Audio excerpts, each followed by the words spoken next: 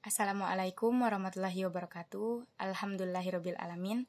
Assalatu wassalamu ala asrofil anbiya'i wal mursalin Sayyidina Muhammadin wa ala alihi washabihi ajmain amma ba'du. Pertama-tama marilah kita panjatkan puji syukur kehadirat Allah Subhanahu wa taala, karena berkat beliaulah kita semua bisa dalam keadaan sehat walafiat. Tak lupa pula salawat serta salam kita junjungkan kepada Nabi kita, Nabi Muhammad sallallahu alaihi wasallam. Pertama-tama, yang terhormat Bapak Adi Mursalin SEMM, selaku dosen pengampu Islamic Marketing dan Manajemen. Perkenalkan, nama saya Miftahul Rizky Fitrika, NIM 1201623, dari kelas 3C, Prodi Akuntansi Syariah, Fakultas Ekonomi dan Bisnis Islam. Tujuan saya membuat video ini ialah untuk memenuhi ujian tengah semester pada mata kuliah Islamic Marketing dan Manajemen. Untuk bagian A, saya akan menjelaskan mengenai aktivitas di Zoom. Saya menghadiri kuliah melalui Zoom dan alasan mengapa saya menghadiri kuliah ini. Baik, saya menghadiri perkuliahan melalui Zoom sebanyak 4 kali. Di dalam 3 pertemuan, saya tidak bisa mengikuti perkuliahan dikarenakan kendala dengan jaringan saya yang kurang mampu. Dan alasan saya juga menghadiri perkuliahan ini ialah untuk memenuhi kewajiban saya sebagai mahasiswa. Dan perkuliahan ini sangat penting untuk saya, terutama untuk meningkatkan keterampilan dan pengetahuan saya. Saya juga sudah membaca RPS Islamic Marketing dan Manajemen yang telah dibagikan oleh Bapak di WhatsApp Group. RPS ini merupakan dokumen perencanaan pembelajaran yang disusun sebagai panduan bagi mahasiswa dalam melaksanakan kegiatan perkuliahan selama 1 semester untuk mencapai capaian pembelajaran yang telah ditetapkan. Adapun isi RPS tersebut ialah berisi tentang materi perkuliahan selama 1 semester di ruang Zoom dari pertemuan 1 sampai pertemuan 16. RPS tersebut juga berisi tentang penjelasan tata cara dalam penilaian yang dilakukan oleh dosen pengampu Islamic Marketing dan Manajemen dan berisikan tentang penjelasan mengenai tugas yang diberikan. Saya juga selalu membuat video record atau hasil pembelajaran setiap pertemuan. Saya sudah membuat 7 video record sesuai dengan banyaknya perkuliahan yang telah dilaksanakan. Adapun materi yang pertama bertema konsep manajemen pemasaran Islam. Pada materi ini menjelaskan tentang konsep pemasaran Islam. Ialah sebuah disiplin bisnis strategis yang mengarahkan proses penciptaan, penawaran, dan perubahan values dari satu inisiator kepada stakeholder-nya, yang dalam keseluruhan prosesnya sesuai dengan akad serta prinsip-prinsip Al-Quran dan hadis. Pemasaran syariah memiliki karakteristik marketing syariah, yaitu sebagai berikut. Yang pertama, teistis atau rabaniyah, yang kedua etis, yang ketiga realistis, yang keempat humanistis. Pemasaran syariah juga mempunyai fungsi, yaitu yang pertama memiliki kepribadian spiritual, yang kedua jujur, yang ketiga berlaku adil dalam bisnis, yang keempat bersikap melayani, yang kelima menepati janji, dan jujur. Materi yang kedua bertema maqasid syariah. Pada materi ini menerangkan maqasid syariah adalah tujuan Allah menetapkan hukum-hukum untuk mencapai kemaslahatan hidup manusia, sekaligus juga menghindari berbagai kerusakan baik di dunia maupun di akhirat. Maqasid syariah dalam perdagangan menurut Al-Ghazali dalam Syaifullah menjelaskan bahwa tujuan syariah utamanya adalah meningkatkan kesejahteraan manusia yang terletak pada perlindungan agama, hidup, akal, keturunan, dan harta, serta apa saja yang memantapkan perlindungan kelima hal ini merupakan kemaslahatan umum dan dikehendaki termasuk pula dalam perdagangan. Sedangkan maqasid syariah dalam pemasaran adalah studi, program, pelaksanaan, prosedur, dan penanganan proses yang dibangun dengan maksud mewujudkan, membentuk, dan melindungi alterasi yang komersial dengan pasar target dengan implikasi untuk menyampaikan arah organisasi dengan memfokuskan kepada kadar syariah yang berlandaskan maslahah, keseimbangan, serta memprioritaskan adanya sikap kerelaan dan kasih sayang di antara penjual dan pembeli. Materi yang ketiga bertema peran pemasaran dalam Islam. Peran pemasaran dalam Islam sebenarnya tidak jauh berbeda dengan peran pemasaran pada umumnya. Yang membedakan hanyalah prinsip Islam dan tujuan akan keridhaan Allah Subhanahu wa taala yang ada dalam pemasaran Islam. Pentingnya prasara sebagai terjadinya jual beli bukan hanya dilihat dari fungsinya secara fisik, melainkan perlu memperhatikan aturan dan norma yang berlaku. Terkait dengan fungsinya, pasar menjadi tempat yang rentan terjadinya kecurangan dan ketidakadilan yang dapat menzolimi pihak lain. Untuk itu, perlu adanya syariat terkait dengan pembentukan harga dan terjadinya transaksi di pasar untuk menghindarkan hal-hal yang tidak diinginkan. Terdapat beberapa peranan pemasaran dalam suatu bisnis maupun perusahaan, yaitu yang pertama, dalam sektor bisnis, pemasaran sangat dibutuhkan untuk pengenalan produk. Berbagai perusahaan di bidang industri, pelayanan, penerbangan, perbankan, dan lain-lain. Yang kedua, dalam sektor non-profit,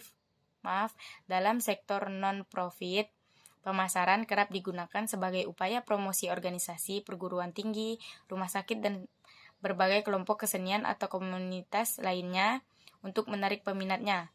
Bahkan, berbagai instansi pemerintah juga mengeluarkan kampanye pemasaran yang bersifat sosial, seperti kampanye anti-rokok, anti-seks, bebas, dan lain-lain. Yang ketiga, dalam sektor internasional, pemasaran kerap digunakan oleh perusahaan multinasional yang bertujuan meningkatkan pemasaran global. Yang keempat, dalam Islam, mekanisme pasar yaitu penentuan permintaan dan penawaran haruslah terjadi secara sukarela. Tidak ada pihak yang merasa terpaksa untuk melakukan transaksi pada suatu tingkat. Mekanisme pasar berasal dari ketentuan Allah Subhanahu wa taala bahwa perniagaan harus dilakukan secara baik dengan suka sama suka agar sistem pasar dapat berjalan dengan baik dan memberikan mutual goodwill bagi para pelakunya. Terdapat prinsip pasar dalam Islam, yaitu yang pertama, arido, yaitu semua transaksi yang dilakukan harus berlandaskan kerelaan antara pihak-pihak. Yang kedua, persaingan sehat, yaitu semua mekanisme dan kegiatan dalam pasar akan aman jika terdapat persaingan sehat. Yang ketiga, kejujuran adalah pilar penting dalam Islam. Islam secara tegas melarang melakukan kebohongan dan penipuan dalam bentuk dan keadaan apapun termasuk dalam mekanisme pasar. Yang keempat, keterbukaan. Dalam keadilan, yaitu segala transaksi dan kegiatan dituntut untuk selalu benar dan pengungkapan kehendak dan keadaan yang sesungguhnya. Selanjutnya, materi yang keempat bertemakan pengembangan strategi dan perencanaan pemasaran dalam Islam. Pada materi ini menerangkan rencana merupakan arahan terhadap suatu kegiatan yang akan dijalankan untuk pencapaian tujuan. Surah di dalam Al-Quran yang menjelaskan tentang perencanaan adalah Quran Surah Al-Hasyr yang berbunyi, A'udzubillahi minasyaitonirrajim. Bismillahirrahmanirrahim. Ya ayyuhallazina amanu taqullaha wal tanzur nafsum ma qaddamat lighad wa taqullaha innallaha khabirum bimma ta'malun. Di dalam surah ini, Allah memerintahkan kita untuk selalu membuat perencanaan dan melakukan evaluasi dalam setiap aktivitas yang telah dilakukan sehingga segala sesuatu yang telah kita lakukan dapat menjadi suatu keberkahan bagi kehidupan di dunia dan di akhirat. Perencanaan pemasaran merupakan perumusan usaha yang akan dilakukan dalam bidang pemasaran dengan menggunakan sumber daya yang ada dalam suatu perusahaan guna mencapai tujuan dan sasaran tertentu, serta pada waktu yang telah ditentukan. Dalam Islam, rencana pemasaran sangat penting untuk dilakukan karena merupakan suatu proses melihat jauh ke depan dalam rangka antisipasi dan perubahan ke arah yang lebih baik. Mencari solusi yang tepat, mengoptimalkan, memanfaatkan pembangunan secara pasti, serta mencapai tujuan yang diharapkan. Dengan demikian, sebagai Muslim sudah semestinya memiliki pandangan yang lebih bijak dan relevan dalam menghadapi kehidupan. Ada beberapa cara mengembangkan strategi pemasaran, yaitu yang pertama, segmentasi pasar, yang kedua, penentuan posisi pasar, yang ketiga, strategi memasuki pasar, yang keempat, strategi marketing, yang kelima, strategi penentuan waktu, yang keenam, pengkajian peluangan pertumbuhan. Selanjutnya, materi yang kelima bertemakan tabayun dalam lingkungan bisnis Islam. Tabayun artinya mencari kejelasan tentang sesuatu masalah hingga jelas dan benar keadaannya. Secara istilah adalah meneliti dan menyeleksi berita. Tidak tergesa-gesa dalam memutuskan masalah baik dalam hal hukum, kebijakan, dan sebagainya, hingga jelas dan benar permasalahannya. Tabayun sangat penting untuk ditanamkan karena ketika menerima sebuah informasi harus mencari kebenarannya terlebih dahulu, agar tidak menimbulkan fitnah dan merugikan diri sendiri maupun orang lain. Tabayun itu penting dalam pemasaran, karena Allah Subhanahu wa Ta'ala telah memperingatkan orang beriman tentang pentingnya tabayun. Tabayun terhadap suatu kabar berita merupakan kewajiban bagi kita dalam hidup bermasyarakat, sebab terkadang kabar berita yang kita terima kebenarannya tidak bisa dipertanggungjawabkan. Tujuan tabayun yang pertama menjaga keharmonisan umat manusia, yang kedua menjaga jiwa dan harta manusia, yang ketiga pertanda kematangan akal dan cara berpikir, yang keempat menjaga kehormatan dan ketentraman masyarakat dari keputusan yang tergesa-gesa dan tanpa didasarkan pada studi dan penelitian. Yang kelima, menjauhkan keraguan serta bisikan dan tipu daya setan. Yang keenam, mengokohkan kaum muslim perspektif dalam Islam atas fenomena lingkungan bisnis di zaman sekarang ini. Memang ada yang sesuai, tetapi ada juga yang tidak sesuai dengan pandangan Islam. Selanjutnya, materi yang keenam bertema riset pemasaran Islam. Riset adalah penelitian, berasal dari kata read dan search, mencari sesuatu yang baru menjadi hakikat dari kata riset. Bagaimana kita mencari sesuatu yang baru? Mencari sesuatu di belakang kejadian, fenomena, atau mencari penyelesaian masalah lewat riset atau penelitian. Menurut Malhotra dalam American Marketing Association mengatakan bahwa riset pemasaran adalah identifikasi, pengumpulan analisis, dan penyebaran atau pembagian informasi yang sistematis dan objektif untuk meningkatkan pengambilan keputusan yang berhubungan dengan identifikasi dan solusi masalah-masalah dan kesempatan-kesempatan dalam pemasaran. Riset dalam Islam merupakan sebuah penelitian yang dilakukan untuk mengangkat derajat umat Islam dan juga bermanfaat bagi kemaslahatan hidup manusia, baik itu secara teoritis atau akademik maupun secara empirik atau lapangan. Riset pemasaran dalam Islam sangat penting karena riset ini digunakan untuk melakukan pengumpulan, pengolahan, analisis, dan interpretasi data secara sistematis sehingga dapat digunakan sebagai masukan dalam pengambilan keputusan di bidang pemasaran barang dan jasa. Riset pemasaran berperan sebagai dasar penyusunan rencana dan strategi pemasaran, di mana harus didukung dengan data yang akurat, relevan, terpercaya, objektif, dan tepat waktu, sehingga manajemen perusahaan dapat merencanakan dan melaksanakan dengan baik berbagai aspek pemasaran, seperti pengembangan produk dan merek, penentuan harga, pendistribusian produk, dan komunikasi pemasaran terintegrasi. Pentingnya riset pemasaran bagi perusahaan dengan tujuan dijalankan marketing riset atau riset pemasaran, yaitu untuk mengetahui dan melakukan analisa hal yang dibutuhkan atau diperlukan oleh pasar atau masyarakat, dan juga untuk mengetahui pesaing bisnis. Dengan dilakukan marketing riset, maka akan bisa mengetahui produk atau jasa yang ditawarkan, di mana produk atau jasa ini diperlukan dan kualitas produk seperti apa yang dibutuhkan oleh konsumen.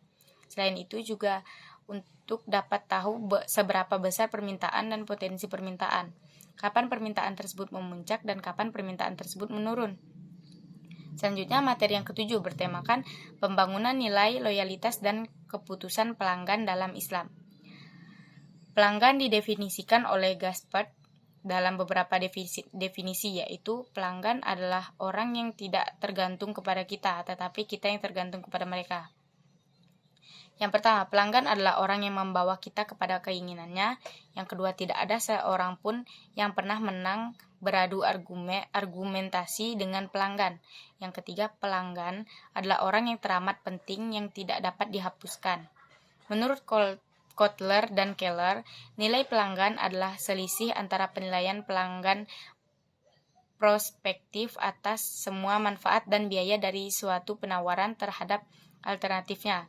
Nilai total pelangganan atau total customer value adalah nilai moneter kumpulan manfaat ekonomi, fungsional, dan psikologis yang diharapkan pelanggan dari suatu penawaran pasar yang disebabkan oleh produk, jasa, personel, dan citra yang terlibat. Selama mengikuti kuliah Islamic Marketing, apakah Anda aktif dalam menjawab soal-soal diskusi di kelas Zoom? Saya kurang aktif dalam menjawab soal dikarenakan di saat saya ingin menjawab soalan yang diberikan oleh Bapak, tiba-tiba jaringan saya terputus dan susah untuk bergabung kembali. Selanjutnya bagian yang B.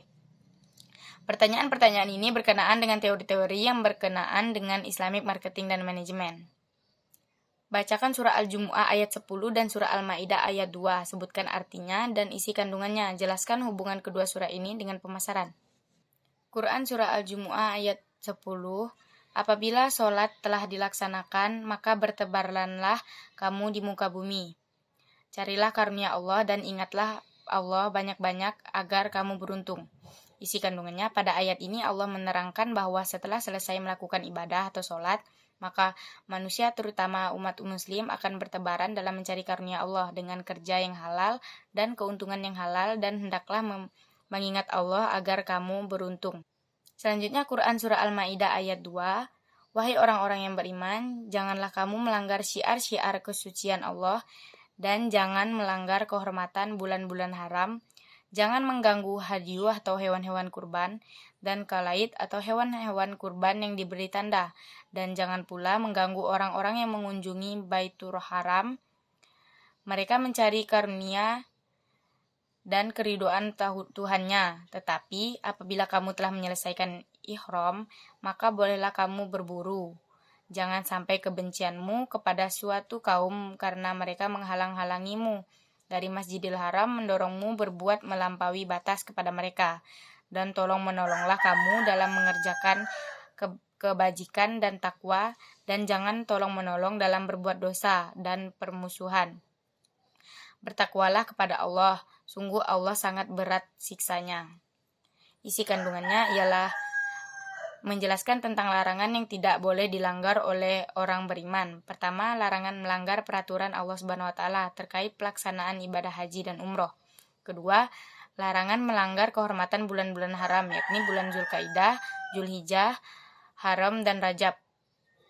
Ketiga, larangan mengganggu binatang-binatang hadiyu seperti unta, sapi, kambing, domba, dan sejenisnya yang dihadiahkan kepada Ka'bah untuk mendekatkan diri kepada Allah. Keempat, larangan mengganggu kalaid, yaitu binatang-binatang hadiyu atau kurban yang sudah dikalungi dengan tali, yang menunjukkan bahwa binatang itu dipersiapkan untuk dikurbankan dan dihadiahkan kepada Ka'bah. Kelima, larangan menghalangi dan mengganggu orang yang melindungi Baitullah untuk mencari karunia atau rezeki Allah, seperti berdagang dan mencari keridoannya, yaitu mengerjakan haji dan umroh. Dan di bagian akhir surat Al-Maidah ayat 2 ini menjelaskan tentang kewajiban orang-orang mukmin untuk tolong-menolong sesama mereka dalam berbuat kebaikan dan bertakwa untuk kepentingan dan kebahagiaan mereka. Orang mukmin dilarang tolong-menolong dalam berbuat dosa dan pelanggaran serta memerintahkan supaya tetap bertakwa kepada Allah agar terhindar dari siksaannya yang sangat berat.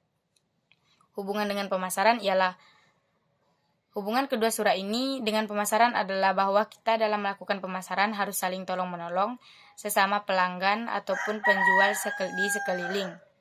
Kita juga dianjurkan melakukan pemasaran yang halal yang tidak membawa kita dalam kemungkaran, contohnya berdagang. Dalam berdagang hendaklah selalu mengingat Allah dengan berzikir agar selalu diberikan kemudahan dalam berjualan.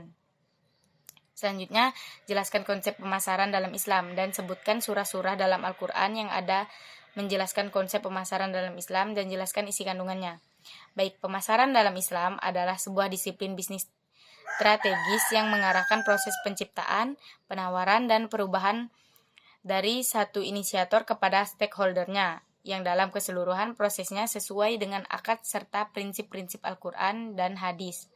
Konsep pemasaran Islam terdapat dalam Quran surah Al-Jumu'ah ayat 10.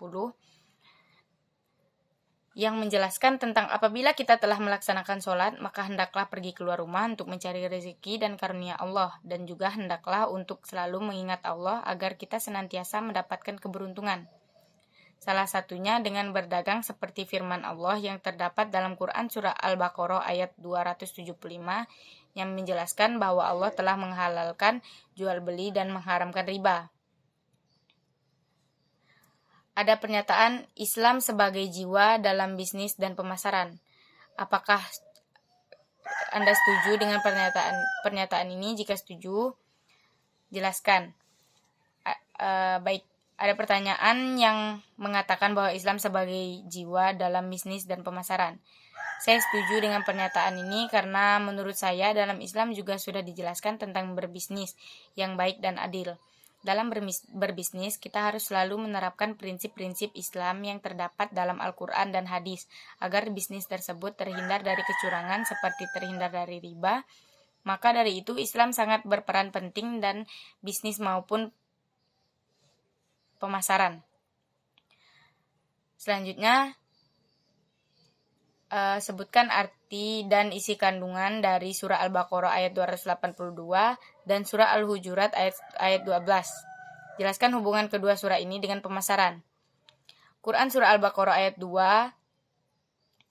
Wahai orang-orang yang beriman, apabila kamu melakukan utang piutang untuk waktu yang ditentukan, hendaklah kamu menuliskannya, dan hendaklah seorang penulis di antara kamu menuliskannya dengan benar. Janganlah penulis menolak untuk menuliskannya, sebagaimana Allah telah mengajarkan kepadanya, maka hendaklah dia menuliskan. Dan hendaklah orang yang berutang itu mendiktekan, dan hendaklah dia bertakwa kepada Allah atau Tuhannya. Dan janganlah dia mengurangi sedikit pun daripadanya. Jika yang berutang itu orang yang kurang akalnya atau lemah keadaannya, atau tidak mampu mendiktekan sendiri, maka hendaklah walinya mendiktekannya dengan benar, dan persaksikanlah dengan 2 orang saksi laki-laki di antara kamu. Jika tidak ada saksi 2 orang laki-laki, maka boleh seorang laki-laki dan juga 2 orang perempuan di antara orang-orang yang kamu sukai dari para saksi yang ada, agar jika yang seorang lupa, maka yang seorang lagi mengingatkannya, dan janganlah saksi-saksi itu menolak apabila dipanggil, dan janganlah kamu bosan menuliskannya atas batas waktunya, baik utang itu kecil maupun besar. Yang demikian itu lebih adil di sisi Allah, lebih dapat menguatkan kesaksian dan lebih mendekatkan kamu kepada ketidakraguan, kecuali jika hal itu merupakan perdagangan tunai yang kamu jalankan di antara kamu, maka tidak ada dosa bagi kamu jika kamu tidak menuliskannya, dan ambillah saksi apabila kamu berjual beli, dan janganlah penulis dipersulit begitu juga saksi. Jika kamu lakukan yang demikian, maka sungguh hal itu suatu kefasikan kepada kamu, dan bertakwalah kepada Allah. Allah memberikan pengajaran kepadamu, dan Allah Maha mengetahui segala sesuatu.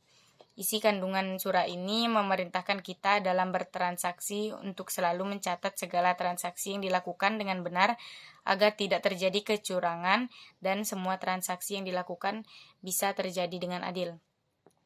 Selanjutnya Quran surah Al-Hujurat ayat 12. Wahai orang-orang yang beriman, jauhilah banyak dari prasangka, sesungguhnya sebagian prasangka itu dosa. Dan janganlah kamu mencari-cari kesalahan orang lain, dan janganlah ada di antara kamu yang menggunjing sebagian yang lain. Apakah ada di antara kamu yang suka memakan daging saudaranya yang sudah mati? Tentu kamu merasa jijik. Dan bertakwalah kepada Allah. Sungguh Allah Maha penerima tobat, Maha penyayang. Isi kandungan surah ini berisi larangan untuk berburuk sangka kepada orang lain dan mencari-cari kesalahan dari orang lain, dan juga perumpamaan orang yang melakukan hal yang dilarang untuk dilakukan adalah seperti orang yang suka memakan daging saudaranya yang sudah mati. Hubungan kedua surah ini dengan pemasaran adalah bahwa dalam pemasaran, misalnya berdagang, jika ada pembeli yang berhutang, hendaklah salah satu dari orang tersebut mencatat transaksi tersebut dengan benar agar tidak terjadi kecurangan dan menghindari kegiatan riba.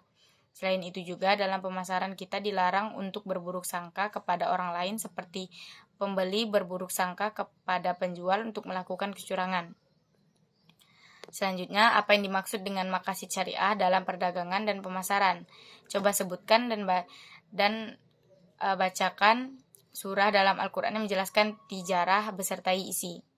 Baik, maqasid syariah dalam perdagangan menurut Al-Ghazali dan Lam Saifullah menjelaskan bahwa tujuan syariah utamanya adalah meningkatkan kesejahteraan manusia yang terletak pada perlindungan agama, hidup, akal, keturunan, dan harta, serta apa saja yang memantapkan perlindungan kelima hal ini merupakan kemaslahatan umum dan dikehendaki termasuk pula dalam perdagangan.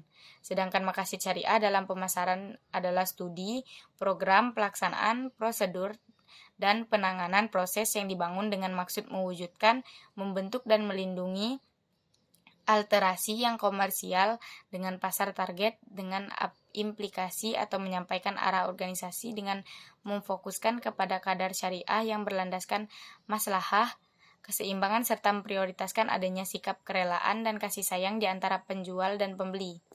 Dalam maqasid syariah ada yang namanya tijarah. Tijarah adalah akad perdagangan mempertukarkan barang dengan mata uang menurut cara yang ditentukan. Terdapat beberapa surah-surah dalam Al-Quran yang menjelaskan tijarah, yaitu Quran Surah An-Nisa ayat 29. Bismillahirrahmanirrahim. Ya ayyuhallazina amanu la ta'kulu amwalakum bainakum bil batili illa an takuna tijaratan an tarodim minkum wala ta'tuluna anfusakum innallaha kana bikum rahima. Shadaqallahul azim.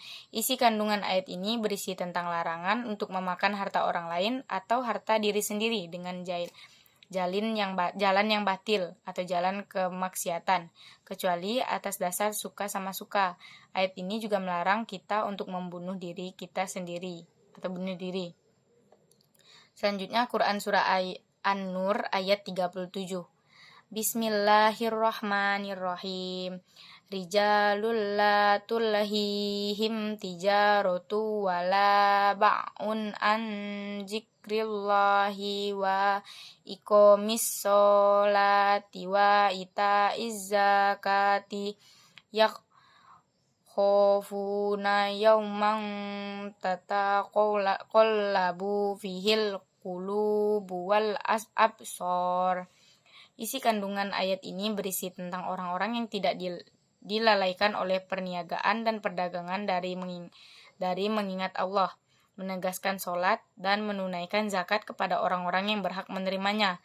Mereka takut kepada hari kiamat yang hati akan terguncang antara harapan untuk selamat dan takut dari kebinasaan, dan pandangan-pandangan berbolak-balik pada hari itu untuk melihat ke mana tempat kembali mereka.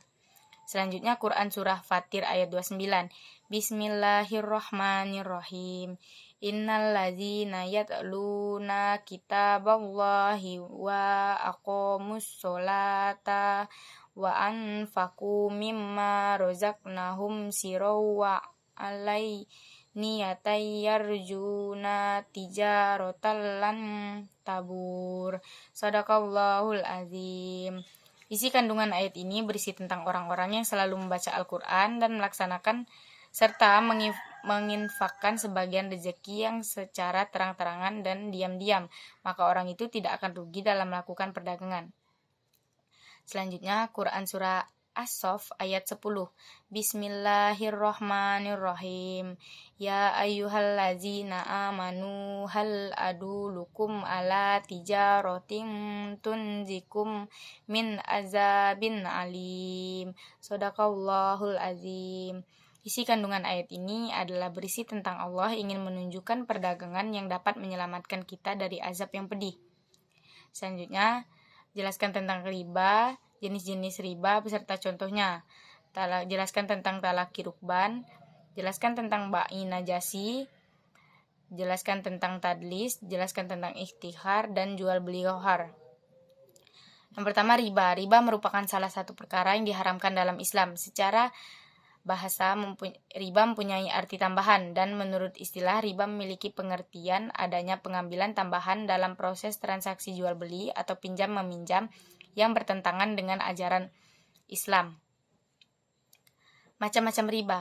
Riba yang pertama, riba fadli, yakni jual beli atau tukar menukar dua barang yang sama jenisnya akan tetapi tidak sama ukurannya. Artinya dalam proses tersebut mengandung adanya tambahan pada salah satu jenis benda yang disyaratkan. Contohnya tukar menukar antara beras dengan beras, namun ada kelebihan pada salah satu pihak lantaran tidak sesuai dengan yang disyaratkan.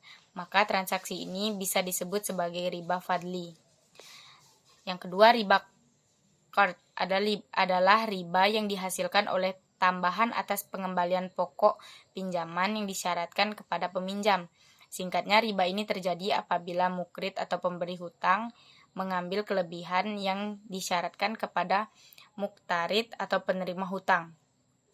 Contohnya, rentenir yang meminjamkan uang sebesar 10 juta dengan syarat 20% selama 6 bulan. Selanjutnya, riba nasiah ialah mengambil keuntungan dari proses pinjam-meminjam atau tukar-menukar barang sejenis maupun berbeda yang disebabkan karena ada keterlambatan dalam masalah pembayaran. Contohnya misalnya ada dua orang yang ingin bertukar emas 24 karat. Satu orang sudah memberikan emasnya, namun seorang lagi mengatakan bahwa akan menyerahkannya sebulan lagi. Maka ini termasuk riba nasiah, karena harga emas bisa saja berubah sewaktu-waktu. Selanjutnya, ribayat merupakan pengambilan keuntungan dari hasil jual beli yang disertai dengan penundaan serah terima barang. Ribayat terjadi apabila saat transaksi tidak menegaskan berapa nominal harga pembayaran. Singkatnya, tidak ada kesepakatan sebelum serah terima. Contohnya, kasus misalnya ada penjual mobil yang menawarkan barang 90 juta jika langsung dibayar tunai, namun jika dicicil 95 juta. Selanjutnya, talaki kurban. Talaki kurban merupakan proses pembelian barang dengan cara mencegat orang atau kafilah yang membawa barang dagangannya sebelum sampai di pasar agar ia dapat membeli barang di bawah harga yang berlaku di pasar. Contohnya, seorang pembeli memberitahukan kepada orang yang ingin menjual barangnya bahwa barang yang akan dijual tersebut tidak laku di tempat itu, dengan tujuan agar ia bisa memanipulasi harganya atau membelinya dengan harga yang lebih murah dari biasanya. Selanjutnya, bai najasi atau rekayasa pasar, yaitu suatu praktik dagang yang menciptakan permintaan palsu seolah-olah ada banyak permintaan terhadap suatu produk sehingga harga jual produk itu naik. Contohnya misalnya pembeli A menawar barang di pasar dengan harga 50.000. A merupakan orang yang benar-benar membutuhkan barang ini. Kemudian datang pembeli B yang merupakan orang yang berpura-pura menawar barang tersebut dengan harga 75.000. Karena pembeli A takut tidak mendapatkan barang dan benar-benar membutuhkan barang ini, maka pembeli A akan menaikkan penawaran menjadi 80.000 dan pada akhirnya penjual akan menjualkan pada pembeli A dengan harga 80.000. Selanjutnya, tadlis atau penipuan merupakan kondisi di mana satu pihak tidak mengetahui kondisi yang sebenarnya. Contohnya seperti menyembunyikan cacat atau kualitas barang yang buruk yang tidak sesuai dengan yang disepakati oleh penjual dan pembeli. Yang selanjutnya, ihtikar adalah kegiatan ekonomi yang dilakukan oleh seorang pelaku ekonomi dengan menimbun suatu barang dengan tujuan mendapatkan keuntungan sebesar-besarnya tanpa melihat kesusahan orang lain. Contohnya, penimbunan beras. Padi atau beras yang sudah selesai panen ditimbun dalam gudang atau ruangan, yang dimana penimbunan tersebut sampai harga dari padi atau beras di pasaran menjadi tinggi atau mahal. Selanjutnya, jual beli gharar merupakan ketidakpastian dalam transaksi yang diakibatkan dari tidak terpenuhinya ketentuan syariah dalam transaksi tersebut. Contohnya seperti melakukan jual beli terhadap burung yang masih di udara atau ikan yang masih dalam air. Hal seperti ini belum diketahui jelas barang tersebut. Selanjutnya, jelaskan peran pemasaran dalam Islam. Peran pemasaran dalam Islam sebenarnya tidak jauh berbeda dengan peran pemasaran pada umumnya. Yang membedakan yaitu prinsip Islami dan tujuan akan keridhaan Allah Subhanahu wa taala yang ada dalam pemasaran Islam. Bagi umat muslim, Islam adalah agama yang syumuliyah atau sempurna. Islam dikatakan agama yang sempurna karena Islam merupakan agama yang penyempurnaan dari agama-agama sebelumnya, serta merupakan agama yang mengatur seluruh aspek kehidupan, baik yang terkait akidah maupun muamalah.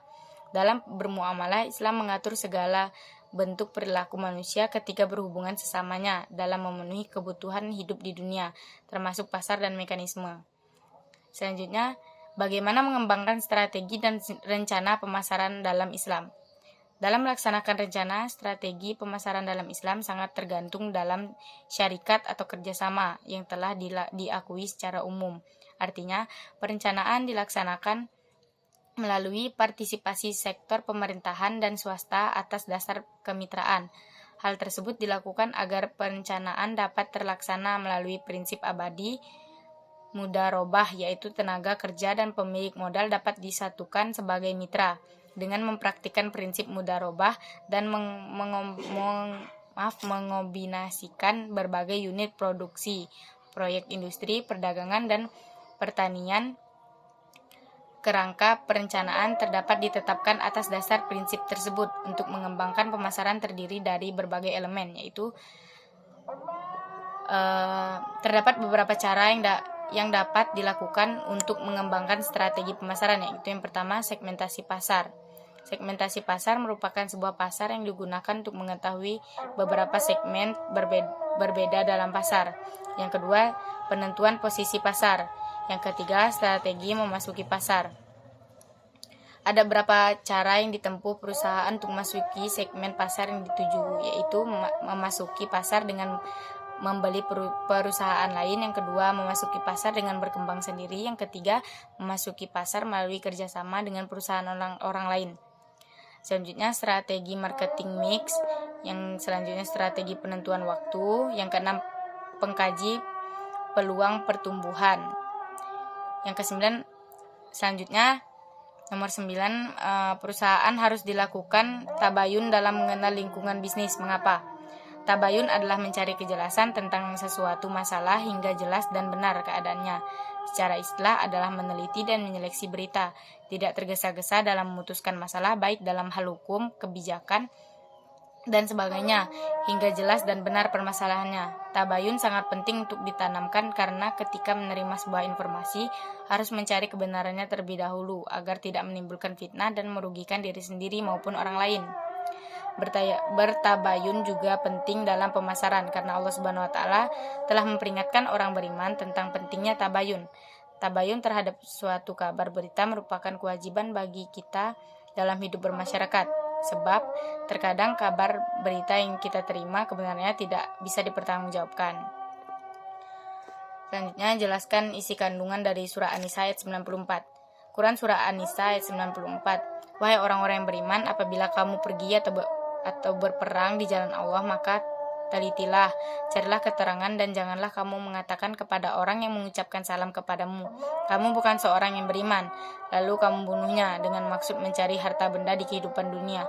Padahal di sisi Allah ada harta yang banyak, begitu jugalah keadaan kamu dahulu. Lalu Allah memberikan nikmatnya kepadamu, maka telitilah, sungguh Allah Maha mengetahui terhadap apa yang kamu kerjakan.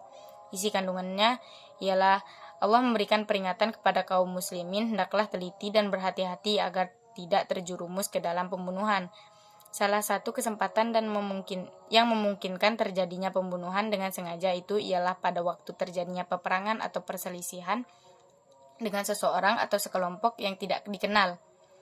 Wahai orang-orang yang beriman, berhati-hatilah dalam mengambil keputusan untuk membunuh seseorang. Karena itu, apabila kamu pergi melakukan perjalanan di atas bumi, baik untuk peperangan atau untuk tugas apapun di jalan Allah, maka telitilah dan carilah keterangan yang pasti tentang orang yang kamu hadapi itu, dan jangan kamu melakukan tindakan apapun keadaannya kalau kamu ragu, dan janganlah kamu mengatakan kepada orang atau siapapun yang mengucapkan salam, yakni orang yang mengucapkan kalimat assalamualaikum kepadamu, kamu bukan seseorang yang beriman, lalu kamu membunuhnya dengan maksud mencari harta benda kehidupan dunia dari pembunuhan itu.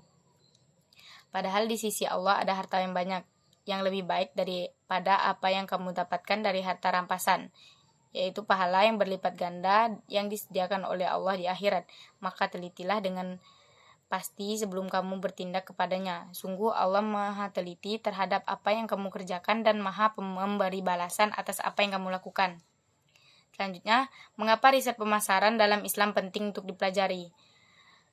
Satu alasan mendasar pentingnya mempelajari riset pemasaran dalam Islam ini ialah karena riset pemasaran mempunyai peran yang sangat besar dalam pertumbuhan dan perkembangan bagi bisnis. Sebagaimana riset pemasaran yaitu melakukan riset terhadap pasar untuk menentukan bentuk pemasaran yang tepat bagi bisnis. Dengan pernyataan tersebut, kita mengetahui bahwa riset pemasaran dilakukan untuk mencapai sebuah tujuan.